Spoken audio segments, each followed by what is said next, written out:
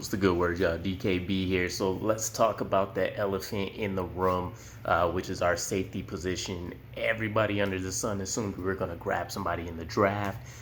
When that didn't occur, we figured post draft and kind of, leading into the latter part of free agency that we would look for another find.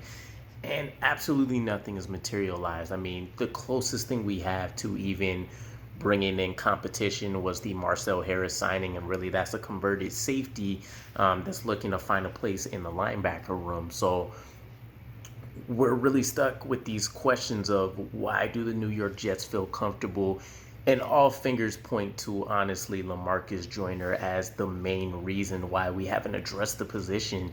And personally, I'm a huge Jason Pinnock guy. I loved what he put on tape last year. The huge downside, which we talked about before, was his coverage ability. Before what he was asked to do early on, being thrust into a new role after prepping, at cornerback the entire time. He did a very admirable job. So leading into year two, I'm expecting a lot, but I really am considering this another kind of like redshirt year where he'll see more snaps most likely as the main backup. But honestly, this is the LaMarcus Joyner show if he continues to stay healthy in the offseason. And there's a few highlight numbers out there for just why. Some of the main reasons are going to be, though, when you take a look back at his career arc, he continued to progress during his tenure with the Rams for, his rookie contract. He continued to increase from a statistical performance as well as what you see on the field. And keep in mind, he was played out of position essentially for those first couple years, and it really came out of positional need for him.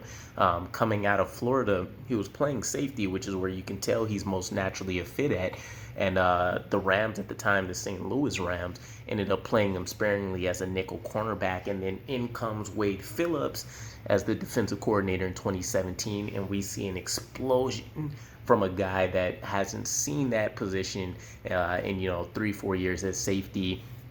And then suddenly he goes out and has one of the best seasons for a safety in the entire year across the board. And, I love some of these highlight stats I was able to go track out.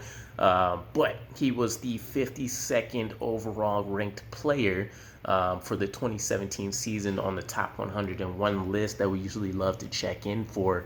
And this next one was a little bit arguable. I hadn't seen anything solid one way or the other, but he was either the number 2 or number 3 ranked safety during that year based on his performance. And keep in mind, he put some crazy numbers up in the span of only 12 games. He ended up having a hamstring injury that ended up contributing to him not being able to stay out there longer and perform even better. Maybe he could have been the number 1 ranked safety, but this is the exact reason that I believe the New York Jets are betting on LaMarcus Joyner kind of being the answer, at least for this season, for the New York Jets. I mean, he posted a plus 90 PFF grade. And then even in 2018, where you see a little bit of a step back, it was still an above average performance that he put on there. So free safety in terms of him playing that or some kind of slot cornerback role, which maybe we can use in a pinch